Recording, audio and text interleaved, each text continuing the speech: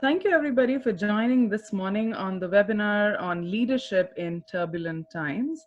I am Jincy George. I'm a talent management consultant with Ahria Consulting. Ahria Consulting is proud to be hosting this webinar in partnership with Excellence in Manufacturing Consortium. And we are very glad to have so many of you joining us today. Since we have a lot of you on call, we have muted every participant so that we don't have a lot of background noise, given that children and pets and spouse and partners are all home. However, we want the webinar to be as interactive as possible. So you would see a chat icon on your screen and a raise your hand icon on your screen. So feel free to send us questions, remarks, ideas on the chat window. Today's host is Terry Gillis. He is the CEO and managing partner of Ahria Consulting. This webinar is being recorded, and I did get Terry's, title wrong, isn't it, Terry? Yeah, he is the president and CEO of Ahria Consulting. This webinar is being recorded. You would all get a copy of the recording of the webinar. Okay, but to begin, I will hand it over to Jason Bates so he can introduce Terry to all of you, and we will take it from there. Thank you. Thank you, Jincy. Good morning, everybody. So this is the second webinar we've done since this whole situation has started. Another great turnout this morning. We were actually scheduled to have Terry live this morning on April 7th when we planned this about a month ago up at NRC, and we were going to tour surface sciences. So thanks, Terry and the team at Ahria for doing this today. And the floor is yours. Thank you very much. And as Jincy said, questions, just post them on the chat and we'll do our best to get them all answered. Yeah. Well, thank you. It's always fun, Jason, as you know, and some of you have perhaps seen me before. Unfortunately, I'm not live. I like to think that I'm better in my Donahue moments. For those of you old enough, you'll get that joke. So I like to work a room, and so sadly, I'm actually in my office. I am social distancing. There's nobody in our building except me, which is really, really odd. So I actually came into the office. There's nobody in our office except myself, and there's nobody in our building except for me. So that's a really, really strange place to be. So originally, when Jason approached us about a month ago, said, "Hey, would you come and talk to our group again?" I love talking to this group. It's always highly energetic and lots of questions with you folks and great ideas. We were actually going to talk about how to recruit in a tight labor market. That topic we'll leave for another day, clearly. But if anybody out there is still having any questions, and there are some of you out there that are in hire mode that have questions around how you do that now, moving to a virtual platform and virtual and those kinds of things, we'd be happy to talk to you about that. But we thought we'd pivot to this topic. We'll hope this is timely and relevant for you. Certainly the registrations would tell us that it is. And that is how you lead in turbulent times, and my goodness, these turbulent times. Nobody I've talked to has seen anything like this before. I mean, you'd have to be, over 100 years old to appreciate the last pandemic, and there's not very many of those people around. These are completely remarkable times, unprecedented times, and as such, I think it's okay to say that as leaders, those that are in leadership roles, we have never been tested quite like this in our careers. I would argue this is probably one of the toughest tests that you'll ever face as a leader. However, we can go down the negative road, or we can go down the positive road, and I'll choose the latter. Thanks very much. Before we get into that, I just wanted to bring everybody just up to speed in exactly what does Ahria Consulting do. And this is the shameless plug. I do it every time. People come up later on and say, "Hey, so I do the shameless plug." This is what we do. We have 6 lines of services, from everything from HR advisory. So we help organizations that may be having HR issues who don't have an HR person. We do assessments, which was probably a big part of what I was going to talk about relative to the hiring talent piece. We do talent acquisition. So that's actually finding people when you can't find them. We do leadership coaching, talent development, and of course we do career transition as well. That's just because some people are saying, what exactly do you guys do? That just gives you a quick flair for it. So my big thing is, and I don't know exactly who to quote on this, because some people say this quote, "Never waste a crisis." Some people trace it back to Raul Emanuel, who was chief of staff for Obama back when Obama was first elected. However, I do see some people crediting Winston Churchill with this quote. Nonetheless, regardless of who gets the credit for it, I think this is a great quote. Never waste a crisis, and this is the crisis that I think we can all agree that we're in right now. If you are one of those people that likes to check out Terry Talks, and if you haven't, go over to ahria.ca and check out a Terry Talk. They're little 2-minute blurbs that I like to share my ideas. So full disclosure, I think I mentioned this to this group last time I was with you, or several times I may be with you. I'm a maritimer. For my maritime friends out there, you know that we like to talk. So that's me. That's why we had to do Terry Talks. So I'll apologize ahead of time. But nonetheless, if you've seen that, right as this pandemic was unfolding about a month ago, I said, you know, there's 2 ways we can slice this onion. One way to slice the onion, of course, is to say the world is falling. Oh dear God, hit the trenches. Or the other one is what's the opportunity in this? So I'd like to focus on that, and that is what's the opportunity in this situation. So in any crisis, there's always 2 phases to a crisis. Rational thinking always prevails during times of calm. Up until, say, March 10th, 11th, 12th, 13th, that week, that was the, oh dear God, what's going on week. I mean, I think the TSN Turning Point was when the NBA canceled the game right at tip-off, and it was like people went, what in the name of goodness is going on? I sort of saw that as the TSN Turning Point, and you'll get the clever sports analogy there. And right around then, everything up until then, it was relatively calm. We were concerned. We were kind of scratching our heads. What's this thing going to be like? Is it going to be like H1N1 from a few years ago? Is it going to be like SARS? Is, you know, maybe lock down some hospitals, but not a big deal. We didn't, you know, so rational thought was pervasive at that point in time. It was clear. When you move into crisis, you start to move into emotional thoughts. The first thing that we go into is that emergency phase. That's flight or fight, right? So we all know this. We've all experienced it.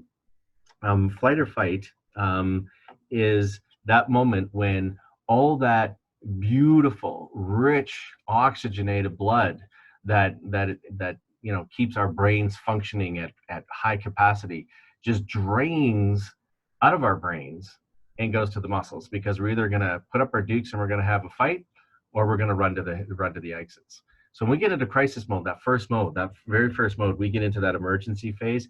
We drain our brains of rich oxygenated blood. Guess what happens? You have about the same mental capacity at that point in time as a rhesus monkey. In other words, you're not thinking clearly. Rational thought goes out the window. Emotional thought takes over. We move into crisis emergency phase. So that at that point in time, most of us moved into stabilization and trying to stabilize our organizations and trying to buy time. I apologize for the noise. For whatever reason, with one person in the building, I have the fan it's just like on hyper mode, and I apologize for the background noise. So the second phase we move into is that sort of adaptive phase. I think a lot of us are starting to move there or have moved there by now. And that's the phase where, you know, you're getting to building the capacity to thrive in the new reality. We're off maybe moving workers into work from home situations, maybe into virtual teams, social distancing inside our organizations, etc. So always 2 phases to a crisis leadership. The problem that emerges, and the thing we got to be careful about, is that panic and fear can take over. And that again that's when we run for the exits. That's when we do the, oh dear God, the world is falling, run, or fight or flight. And that can really take root and derail our ability to get to the adaptive phase of a crisis. So some of us have experienced this. I know that I went through this. I immediately, went into panic mode, and it took a little while to come out of that. And that's okay. That means you're a human being. That means you're doing fine. But we got to move beyond that. So, and that's the critical piece to this, because if we stick in that phase, what happens is we end up in learned helplessness. Some of you may remember this from psychology classes, either in high school or university, where Seligman back in the 60s, and we did some really funky psychology stuff in the 60s, let's be honest, where he actually put dogs in cages and gave them electrical shocks when they did things, and such to the point where the dogs, no matter what they did, would get the electrical shock. So they just felt there wasn't any point in doing anything, which is called learned helplessness. And a lot of us move into that mode when we get in panicked or we get into fear. We sort of turtle and we go into this phase of learned helplessness. And that's not a good place to be for obvious reasons, because you can't help anybody when you're in that phase. So we got to get out of that phase. We got to start moving away from that. And hopefully most of you have, maybe some of you haven't experienced it all, which is awesome. Maybe some of you have, which is okay. And let's get moving on from there. And I suspect most of us have. If you haven't, we'd be thrilled, absolutely delighted to chat with you. We've got coaching and all kinds of stuff lined up, completely complimentary, no charge for this at all. We're doing this to help the community move through this pandemic together. So just more about that in a minute. So here's the facts though. Chaos abounds right now, right? I mean, it's every day, and it seems to be calming down a little bit, but it's still a bit chaotic. You know, you look south of the border, you know, the crisis that sort of emerged and subsequently cooler heads prevailed, but you know, we're gonna seize all the N95 masks from 3M. I mean, that's just another chaotic moment that's like, how are we gonna react to that, right? So a lot of chaos abounds right now. Jinsey, if you're still with me, maybe we could put up a quick poll just to see where people are right now. Are you able to? Absolutely, absolutely. Perfect. Let's take a quick peek at that. Yeah, you would all see the poll on your screen right now. So if people could take a stab at that, that'd be great. We'd like to just get a sense of what's the status of your organization right now. So some of us are holding on, but we're really not sure the next steps. Maybe some of us have done some initial layoffs. Some people have a plan, and we're now in the execution mode. And then, of course, some of us are still trying to figure it out day to day. So this is fun to watch on our end, because we're watching the numbers move up and down, kind of a little bit like the stock market these last few weeks. So more on that in a minute. I got a fun story to tell you about that one. So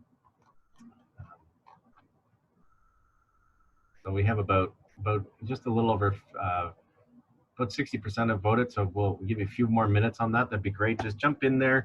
No right or wrong answers, just trying to get a feel for what's going on with folks right now. That'd be very helpful to us. So I know there's still a few out there. We're up to 62%. Can we get it to 65? A few more votes. I feel like I should be doing an auction. I got 64. Do I hear 65? One more person. We'll get it to 65. Come on, one person. All right. So I think we're gonna go. We'll call it there, Jinsey. So we didn't really quite get it. So most 38% have a plan and are executing it well, which is fantastic. That's a big change from when we did this a couple of weeks ago. When we were first sort of hitting, it was sort of first into this pandemic. We actually did a very similar workshop for some of our clients, and that was not one that was endorsed at that point in time. A lot of people were unsure of next steps. So a lot of people are moving into what we call that adaptive phase. So we've kind of moved beyond sort of that crisis phase, moving into the adaptive phase, as indicated by these poll results. So that's awesome. So thanks, Jinsey. I can probably, there we go.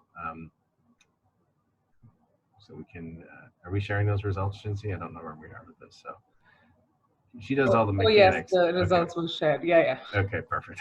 I don't know what's going on half the time.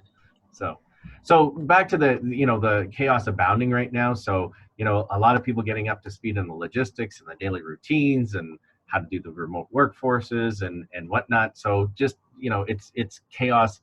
That's okay. That's normal. We're okay with this. So here's the rub. In order for us to all lead through transitions like this more effectively, and this really is a transition. This is a transition from what was the old normal into what I hope is a temp normal, although a lot of people are making the argument this could be the new normal for some period of time. I'm really hopeful it's a temp normal, but nonetheless, we're having to lead through that transition more effectively. And here's our formula. Here's what we think works best. Ironically, the last time we did this webinar before this pandemic was right after the crash in 2008, 2009. Obviously, we've updated it, new ideas and whatnot, but the fundamentals remain the same. And this is one of the slides from as far back as 2008, 2009. And that is, in order for you to lead effectively, we believe you have to start with yourself. You know, it's like when you get on an airplane, not that we're doing that much anymore, but we will hopefully get back there. When they do the safety demonstration, they always tell you, when that oxygen mask, should it fall from the ceiling in the unlikely event of an emergency, you make sure you put it on yourself first. And the reason you do that, of course, is because you're completely useless to somebody else if you're trying to help them and you asphyxiate. So we believe the same holds true for leadership, and that is that you should first start with yourself. And there are three things we think you should do. The first one is, what are some of the things you need to start doing that you may not be doing? And we're going to talk about that. And what are some of the things that you should stop doing? Because there's probably some things that you're doing that are counterproductive. And then what are some of the things that you can continue or should continue to do, or at least be thinking about continuing to do? When you've got that done, then you're in a position to help others. So let's dive in. Let's talk about what are some of the things we should start, stop, and continue to do as leaders. So yes, we're going to focus on you first. We've got to start there. So before we get there, I wanted to make sure that people know about the resources we have available to support you and your organizations. These are all complimentary resources off of our web pages.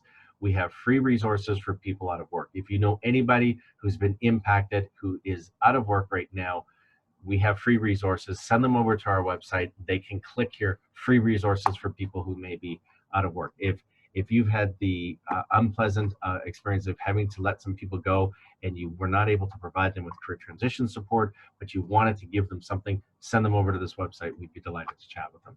For those of you who are confused about all the legislative changes, what's going on in HR and policies and whatnot, and we had a conversation last week with Beth Trainer and Jennifer Costins from Siskins. For those who are on that, great, legalese. This is the pragmatic, on the ground HR stuff. 30-minute free consultation available if you want to take advantage of that. And then some of you, and we're offering this again, a complimentary coaching session. Let's face it, leadership can be lonely. Leadership can be tough. You're stressed out. You may just want an outlet. You may want to just be able to talk to somebody to say, is it okay that I'm kind of feeling this way or whatever? Free complimentary coaching session with our coaching team. So it's just, again, this is our way of giving back to the community, because together we can get through this. And if we try to do it individually, it's not going to work real well. So we're a big fan of the community. These are free resources. Want you to be aware of those. Some of the things you can start doing aside from accessing some of those resources. So we believe that you need to start with a plan, and you need to start with a focus on where are you putting your mental energies. So developing a plan. So we believe that a plan should really be as follows: that what are your 3 most critical goals for the day or the week? Communicate that plan, and then ask for help and don't get burned out. So can we do a Q&A on this, Jinsey? Just how many people right now, can we do this in the comment box? Where should we do this, Jinsey? Just grab some feedback. Comment box is good. Okay, can you monitor that for me, please? Sure. Awesome. Okay, so how many people have a plan right now? Just sort of yes, or if you don't, no, that'd be great. Just try to get a sense. How many people right now have a plan in place, either and the key to this one, by the way, is I believe you should have no more than 3 critical goals. If you have like a list of goals the length of your arm, you never get through them, and you just feel terrible at the end of the day because you don't have it done. So we believe 3 or less goals per day or per week. I'm a big fan of per week. I know that doesn't sound like much, but in the absence of having, if you have more than that, you're probably just going to overwhelm yourself. And then communicating that plan with the team becomes really important, obviously. And then don't get burned out. Ask for help. And again, that's where some of those resources that are available, not just through us, but lots of resources in the community right now that are available to folks. So quick We had snapshot. about 20 of them saying, yes, I have a plan. I had a few attendees raising their hands too. which was very helpful, saying Okay. that yes, they have plans. Hmm. Yeah, a few more raising their hands now. So maybe around 30 to 40 of them. Okay, perfect. All right, Yeah. so a little under half or so. So excellent, awesome. Thank you for playing along. So that's great. So we believe that, and most people, most leaders have plans. We just believe that this is something that we, don't lose sight of this, and don't lose sight of this one down here, which is make sure you're reaching out for help. This is not a time to be an island as a leader, because you can get burned out. And if you start to feel that burnout, again, there's a complimentary coaching there if you want to take advantage of it. So develop a plan. Great idea. Let's get that going. Now, the next one is, where are you focusing your mental energies? I always make the joke, I think I've made it with this group in previous presentations, that all business problems can be solved with a 2x2 matrix. So I'm going to solve this problem with a 2x2 matrix. So on our columns, we have what you can control and what you cannot control. And then, of course, in our rows, we have what are you thinking about and what are you not thinking about. Makes a beautiful 2x2 matrix. So when you are thinking about things that you can control, that are in your sphere of control, that you have influence over, that's constructive problem solving. That's good opportunity seeking. That's really positive. We like that. It's good use of energy. Sadly, a lot of us, however, we spend a lot of our time in this box, thinking about things that we cannot control, which is just endless worrying. We can't control what's going to happen next with respect to this virus. We cannot control what the next move is going to be by, dare I say it, but our friends to the south, in terms of how they're reacting to N95 masks. We can't control that. So we can't be spending an inordinate amount of time thinking about that, because it's endless worrying. It's a deconstructive way of utilizing energy. It just drains you. When you're not thinking about things that you can't control, that's a missed opportunity. That's like living in a fantasy world or living in denial. So there's things that are in your sphere of control, and if you're not thinking about them, it's such a missed opportunity. And then, of course, if you're not thinking about the things that you cannot control, well, that's good, because that's a conservation of energy, and that's an understanding of reality. So in that context, we believe, take a sheet of paper or your computer screen, and you just divide it in half, just right down the middle. On the one hand, write down the things you can't control, and on the other hand, or on the other side of the paper, things that are outside of your sphere of control. Try to put more in the can control box. That's okay if, let's face it, sometimes the negative side can be a little bit easier to get to. We're naturally primed to be negative people. To back that up with research before people start going, what's he talking about? If you actually look at the emotional words in the English language, over 2/3 of them are negative in connotation. So there's a thing about us, we like negativity. I'll talk more about that in a minute. But break that piece of paper or sheet or screen in half. What can you control? What can you not control? Take the not control, what you cannot control, put that aside. Take that which you can control, put that in front and center, and integrate that into your plans going forward. I think that's a pretty impressive, important thing to be doing right now as a leader. Not much point spending a lot of time in the cannot control box. So we also think and believe, and we've seen this work, is about shifting your center of control. So there's two types. Some of us live in a internal control or internal locus of control, for those that may have studied this. And that's things like, I have choices and I can take action and I can do something about this and I expect outcomes based on my personal efforts, versus people who have more of an external locus of control tend to believe that nothing is, they can't do anything about it. It's not my, it's my fault. I should have been more prepared for this, or I can't do this. It's impossible, or it's just bad luck.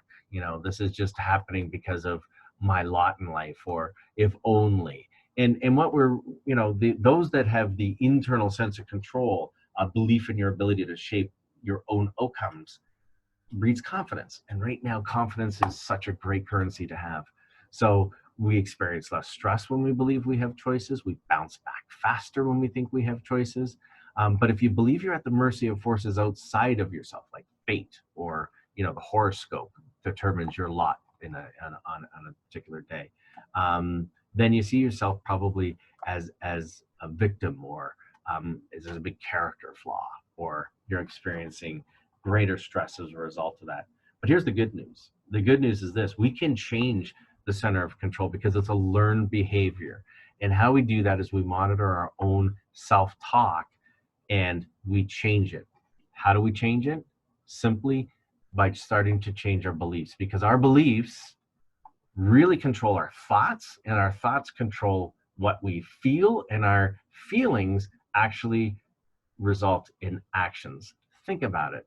If you believe that this virus, this pandemic, is going to completely decimate your organization, that's going to start to it's going to start to percolate in your thoughts. You're going to have feelings of hopelessness. Maybe that learned helplessness kicks in. Maybe you feel like that the feelings you're having are distress, despair, and whatnot. And when you have those kind of feelings, the actions you take become negative. If, on the other hand, is yes, this is a challenge. Yes, these are challenging times. Yes, I've got the core skills. I've got the key abilities. I've got the experience. I've got the DNA to deal with this. Yes, the circumstances have changed. Yes, the application has changed. But the core fundamental root competencies and experiences that I need to get through this, I've got these in spades. I'm good. We've got this. I've got this. Suddenly, you'll see your feelings start to change. And those feelings then result in different actions. This has been proven 100 different times. Some of you may be aware of, and I may have spoken to this group about this before, about gratitude. When people purposefully, day after day after day after day, journal being grateful for one or two things and actually articulating it after a period of 20 to 25 days of doing it, sounds like a long time. But it's been almost 25, 30 days since this all started. Over that course of time, people's entire thoughts and feelings and actions change. So this brain appears an amazing thing, and we can actually control it. So self-talk, an amazingly powerful thing because it influences our actions. So those are a couple things we think we can be starting to do if we're not doing them already. So awesome. Now, there's some things we need to stop doing. People, we have to stop doing some of these things. So what's the first one? Turn off the news. I don't know about you, but every day it's bombard. It's just coming at you with the news. And here's the thing: when we're using our phones and we're on our computers and our laptops and we're checking out news sites, they're tracking all that, because guess what happens next? You're spending all your time on negative news, and then they start feeding you negative news. Thank you for the poll, by the way. How much time are people spending consuming news right now? A lot, not much, or not at all. Thanks for bringing that up, Jinsei. Totally zoned out and forgot about that. I got too excited talking about this. So no problems.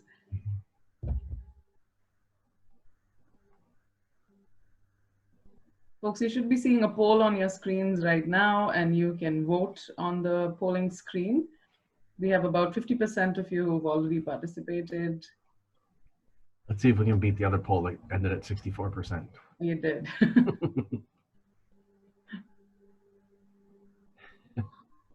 Okay, great. Stalling. I think a lot of the participants in the first poll were not able to figure out how to okay. vote. Right. This time, now we got. Yeah. Now we got them rolling. Awesome. Yes. Okay, we're stalling at 57. A few more. Let's keep it rolling.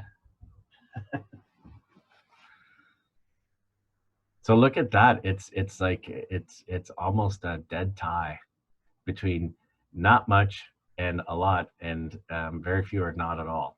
Well, that's fascinating. So here's the deal. So a lot, it sort of ends with a lot of us are spending a lot of time on news. Here's the deal about news. And I get it, because uncertainty, creates the craving we have, looking for news updates related to the virus and its spread. And it's good to be informed. We know that. I'm not suggesting we completely turtle and put our heads in the sand. But we know that the consumption of negative news causes stress and distraction. Okay, we know this. So turn off the news alerts. Turn them off. Maybe, like, once a day, check your news, move on. But I was a couple of weeks ago. I was at this really low point. It was ugly. I gotta be honest. I had the Dow Jones Industrial Average on one of my screens, watching it plummet and watching every 5 minutes as it reloaded. I had CNBC, CBC, had those up on my screen, watching news flashes. I had news alerts coming in on my phone, and it was like every minute it was just another negative news coming at me. It was nuts. And I just said, that's it. I got to do this. I also did cancel the noise. Sort of like if you're, to use flying again as an analogy, a lot of us have noise canceling headphones, which just drowns out all the other noise. Cancel the noise in your life. However you can do that. Maybe that's taking some quiet time. One of the things that I've started to do, I've never done this before. I should go outside and walk the block here. Social distancing, totally respectful of that. But it's just a time to clear the head. And it's amazing. Some people like to meditate. Some people like to just listen to music. So turn it off, cancel the noise, and then change the ratio. Try to focus on positive news stories, because again, those technology pieces that are linked to these phones and linked to what we're doing will say, hey, this person really likes that negative news story, let's feed them 6 more, versus that person is reading this story, let's send them more like that. So change the ratio of the kinds of news or stories you're clicking through on can make a huge difference. So our big thing, don't completely turn it off, but really reduce the news that's out there. So one of the things we know about negative news is the study was done several years ago, probably about 3 or 4 years ago. So that sounds longer than it was. They took participants. They took them into 2 groups. One group was received in the morning about 3 or 4 minutes of what was considered to be negative slanted news, and the other group got what was just sort of more like solutions focused news. So it wasn't like all syrupy and sweet and roses and sunshine and the sun will come out tomorrow kind of news. Just sort of solutions based news, sort of neutral, as it were. And at the end, so they got that for 3 minutes at the beginning of the day, both groups. At the end of the day, they then questioned those people how their days unfolded, and it was over a third, close to 40% of people who had received the negative news claimed or endorsed more negative items on a mood catching categorization at the end of the day. In other words, they had worse days than those that were on solution-based news. So we know that. We also know the impact of optimism. We know from studies, this was done with, I forget exactly, it was one of the life insurance companies in the US back in the early 80s. And what they found was that those salespeople who were more optimistic outsold their counterparts by 37 to 40%. That's a huge number. So optimism can be incredibly contagious, and optimism can be incredibly enlightening and helpful for all of us. So the other thing is stop. We have to stop the fear. We got to mitigate fear. That courage doesn't mean the absence of fear. That doesn't, not at all. And being a leader certainly doesn't mean charging ahead blindly in the face of adversity. We know that.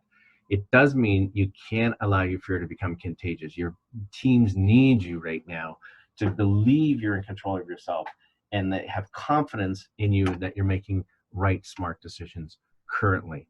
So that old adage, never let them see you sweat, holds here. Right? So what are some of the things we should continue to do? So we've got start doing, we've got stop doing. What are some of the things we should continue to do? Well, continue with decision making. We're lots of things going on. This is the time to make decisions based on careful deliberation, sober reflection, on data, not reactions to headlines or, dare I say it, tweets. Okay, this is not the time to overreact. Okay, slow down, take your time. Good decision making is thoughtful, it's timely, it's not rushed. So this is not the time to be making those quick snap decisions, unless of course it's an emergency, in which case you have to. But if it's not an emergency, let's slow it down a little bit. Let's catch our breath. Let's continue doing what we normally do in calm times, when we have making very solid, good decisions. Focus on your people. That seems intuitively obvious, but tell your employees that you want them. Tell your employees that they're important to your business. Tell your employees that even if you have to make a tough decision like a layoff, I know some people have had to contemplate that for cash flow, let them know they're critical to the business, that this is being done in order to sustain the business, in order to save the business, and then they're an integral part of that. Focus on your people. Let's continue to do that. Good leaders do that all the time. Let's continue doing that. Communication is key. In a fast-moving, uncertain environment, leaders will face more questions than they have answers to. That's a reality. And the thing is, you have to be early with your communication. You have to be often with your communication. You have to be honest with your communication, and you have to be transparent with your communication.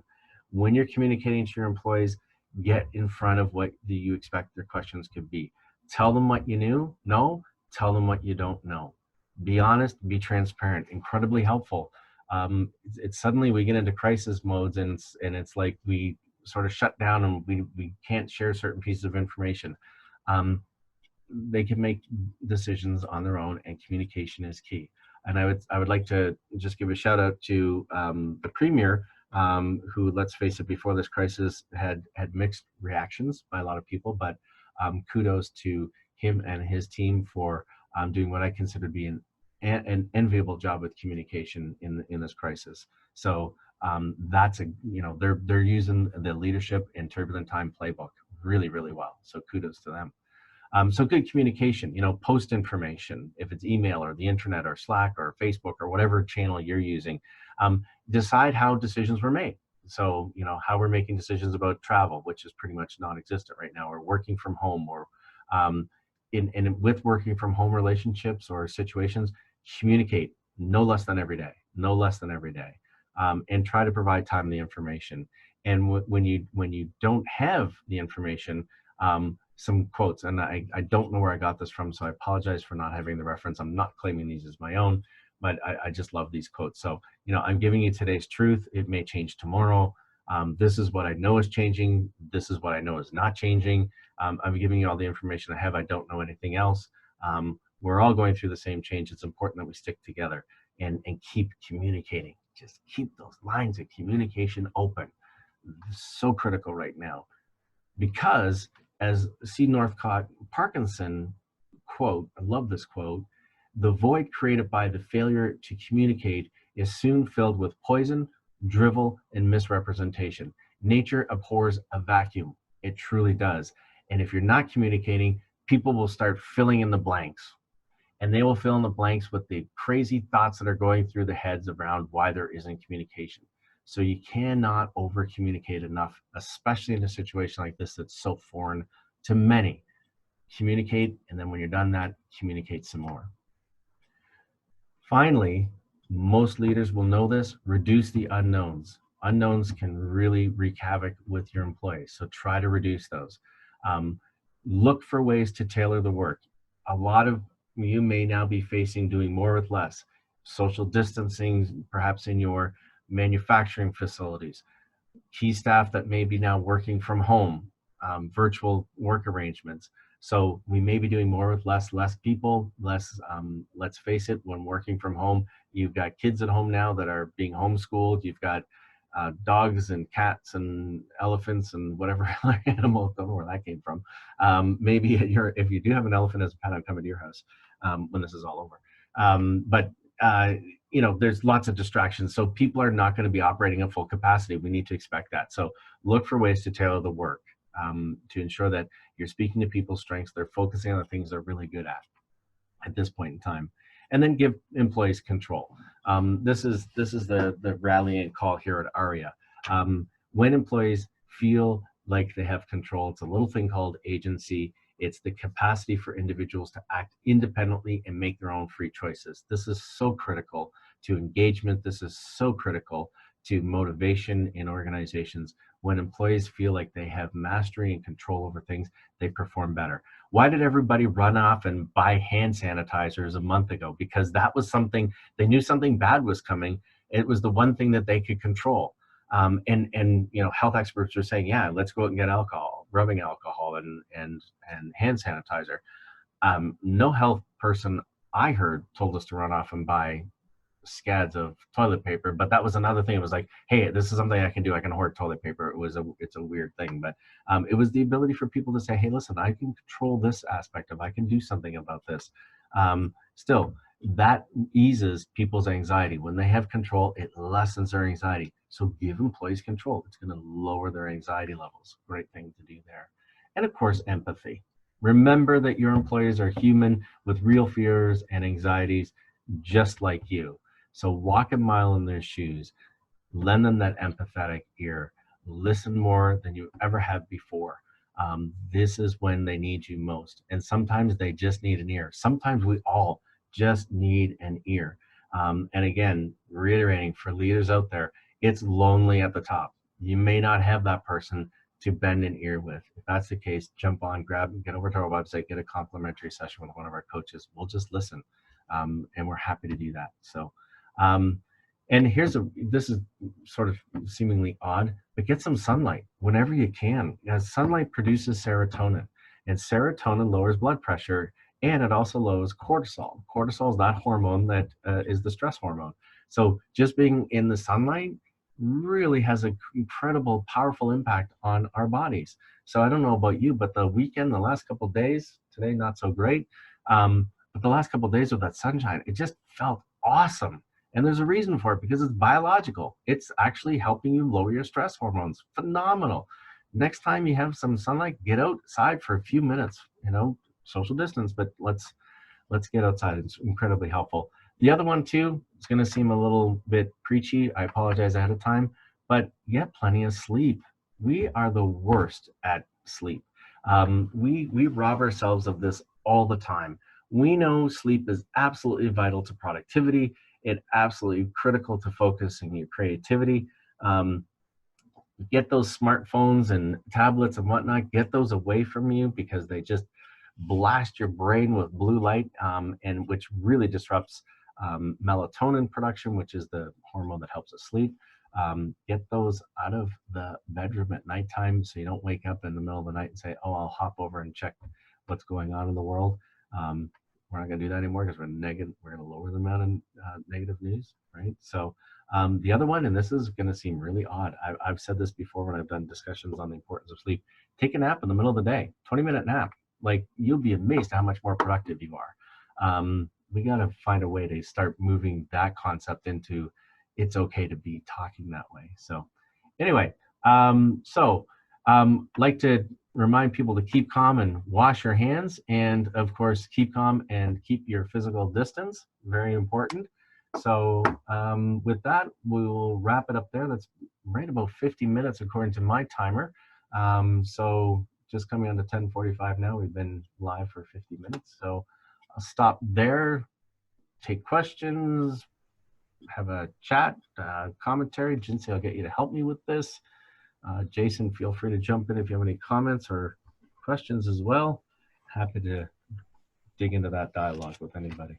No, that was great, Terry. Thank you very much. Great info, and great time frame. And yeah, if anybody has questions, I guess Jinsey would just put them in the chat and go from there. Yeah, sure. I'm looking here, Terry, we have a few folks who are saying thank you, and they felt this was really good. Excellent, good. Glad. Sure. Yeah. Any questions or comments that we could bat around for 5 minutes? Not yet. Okay. Don't be shy. If I was live, you'd be yelling them from the back of the room. You know who you are. You did it the last 2 times I spoke to this group. So where are you? You're out there somewhere. I know you're out there. Yeah, we have a lot of folks saying thank you for putting this together. They are saying it's good timing for this leadership topic.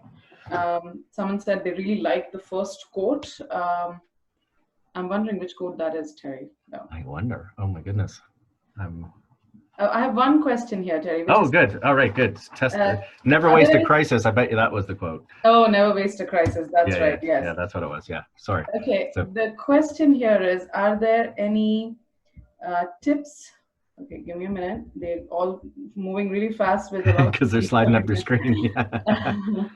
No, never waste a crisis. Okay, got that. Okay. Yeah, good. So we have, are there any tips on thinking strategy instead of contingency? Thinking strategy instead of contingency. So if I'm hearing the question, so how can we start moving to more of a strategic mindset as a more of a reactionary mindset? I think so. That's the question. Okay. Yeah. So frankly, I think that and everybody's a little bit different, but you know, I sort of see as March 13th, Friday the 13th, that one will go down in history.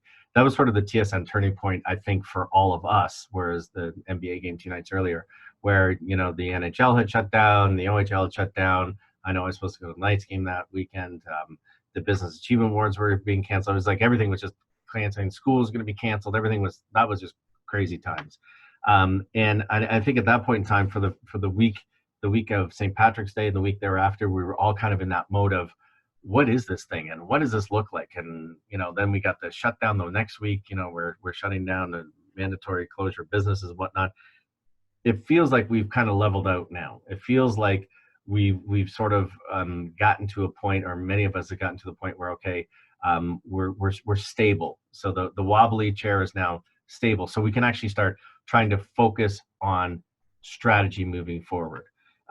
Obviously, that differs from company to company and industry to industry. But at this point in time, I think it is appropriate and probably timely to start thinking in a strategic frame of mind. So what's going on in your industry? I mean, this goes back to basics, right? It's what's happening. Are you an industry that's experiencing? Yes, some industries right now are experiencing growth. Some industries right now are being run off their feet, you know, building or creating PPE as an example. If you're in that business, I suspect you're probably very busy. In fact, you're probably not even on this webinar, but maybe listening to a recording later on. So it's going to differ from person to person, but I believe now is the time to start moving towards, okay, what are our short-term goals? Currently, I know at our firm, we're thinking on 3-month blocks right now. So we're thinking, okay, what's April, May, June going to look like? What's July, August, September going to look like? And we're trying to feel that out. I'll be honest with you, we don't have a good feel for July, August, September, but we have a pretty good sense of what's going to be happening over the next 3 months, and that is a lot of contraction of business. So that's why we're doing things like this. So we're saying, okay, we still have people here. We're still got people employed. What can we be doing to be providing good information out into our community? So that's kind of a strategy we're developing. So long answer to a short question, but I think if I've got the question correctly, if we've interpreted it properly, I think the timing is probably right to start pivoting towards strategy. And again, focusing on those things you can control, not being distracted by those things you cannot control. Yeah, Terry, there are lots of folks who are saying this whole idea of controlling what you can control and not thinking about what you cannot control was really good. They really found that beneficial. Yeah, I remember learning that years and years ago, and it was a game changer for me because boy, did we spend a lot of time thinking about things we can't control. My you know, not to pick on my mother, but my mother, she's older. Every day, it's like she worries sick about the weather. And I keep saying to her, Mom, for the love of Pete, you can't do anything about the weather. Why are you consuming all this energy about the weather? Every day. It's crazy. But I guess it helps her burn off energy. But it's just needless worrying, right? So, yeah. We have 2 more questions here, Terry. Sure. One is, how do you try to infuse this kind of positivity into an hourly workforce? Into an hourly workforce. Yes. And the second question is, do you notice that the manufacturing industry is reacting any differently than other industries? So I'll answer the first one with hourly. You know, I guess, you know, that probably goes down to what the relationship was with the hourly workers prior to the pandemic. I mean, I hate to say it, but as always, I always look for the opportunity in this. So, you know, And I'll be honest with you, this is something that I've learned over the last couple of years. My wife and I, who she also works in the firm here, went through some training to be certified coaches, and this is one of the principles they taught us. And one of the principles is focus on what's the opportunity. So regardless of where you've been with your workers previously, there's an opportunity here to right set things. There's an opportunity here to bring positivity into the workforce, to start talking about, okay, rather than see this as a big barrier, what's the opportunity that presents itself? I know it's easy words to say. I recognize that, but I got to be honest. When you embrace that, when that becomes locked into your brain, where every time you face an obstacle, you think, okay, what's the opportunity in this? It's a huge game changer. My wife and I joke about this, where I'll be having a bad day, and God knows I've had some bad days lately. And she'll say, well, what's the opportunity in this? And I go, don't start coaching me now. And it's kind of, and after a few minutes, you kind of get over your grumpiness and you have a good giggle about it. But I think that's a powerful way to flip the switch a little bit. And I think it could work with our workers. I haven't tried it personally, so I can't speak to that, but I believe it goes across all dimensions of workforces. Let's focus on what's the opportunity here. I believe the second question was, what are some of the things we're seeing in manufacturing? Some of the customers of ours that are in the manufacturing world, they're running into some HR problems.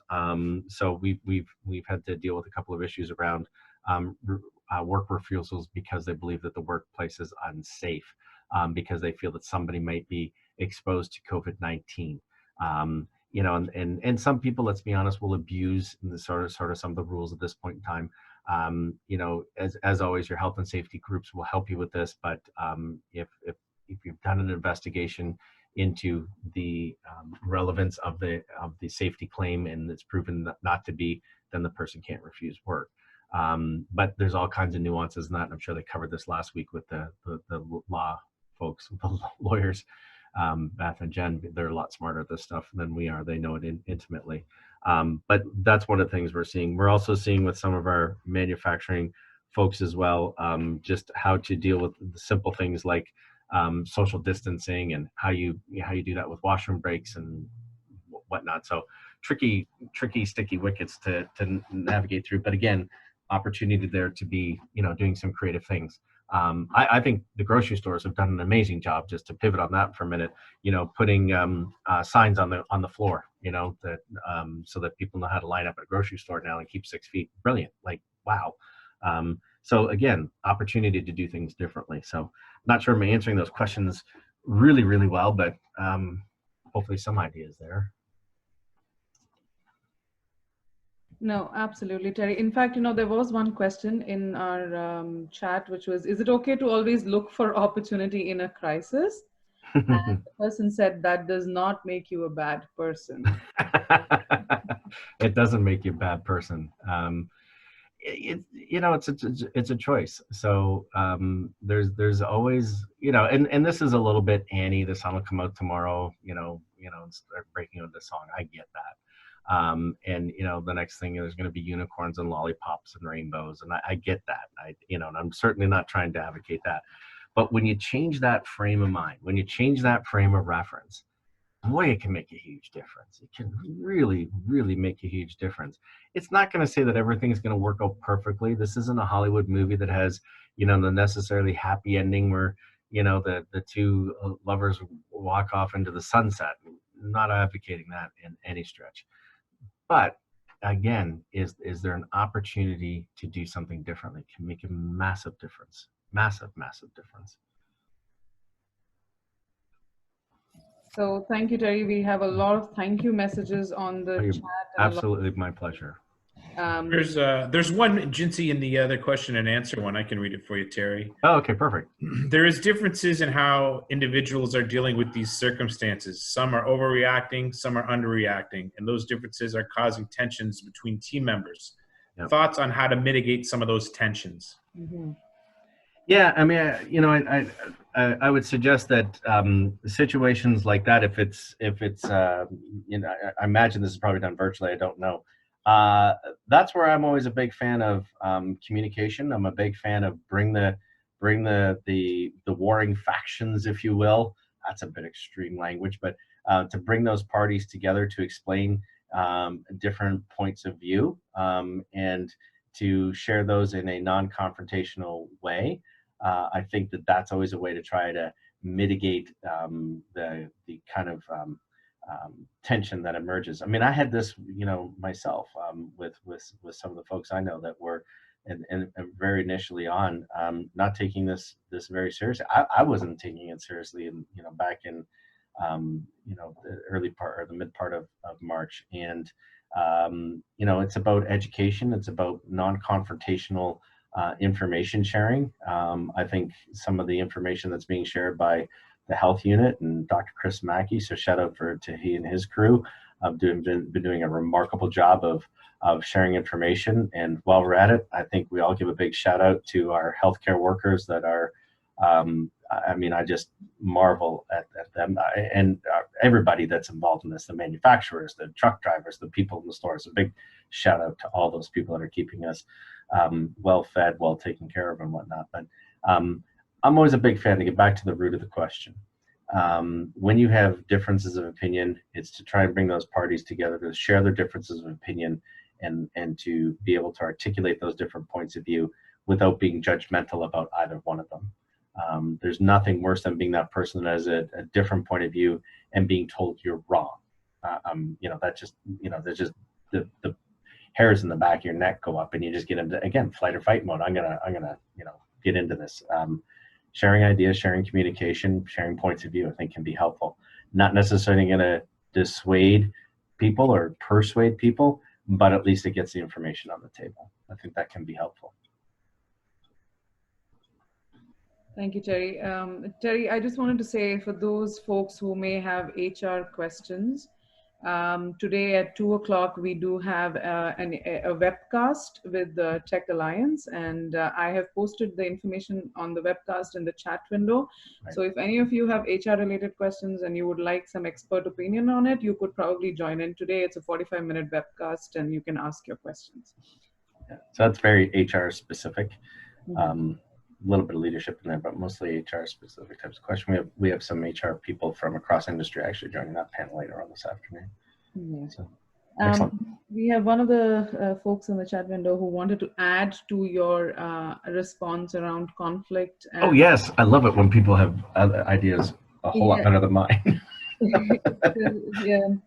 Richard here, he says conflict can be useful, focus on the task and not the people, and use conflict to create ideas that will help to drive unique and diverse solutions that are less likely to be created by an individual alone. Yeah, excellent. Very good.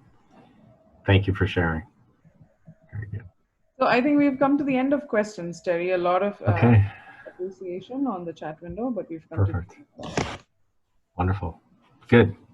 Well, thank you, Jason, for the opportunity. As always, love talking to your group, and maybe when we're able to get back together live, we can kick around the ball on that other topic we had originally planned. Right on, my friend. Thank you, Terry. Yeah. Thank you for everybody for participating, and we will set up another one of these of some sort in the next couple of weeks, folks. Stay tuned and stay healthy. Thank you, everybody. Thank you. Be good, everybody. Be safe and healthy. Bye for now.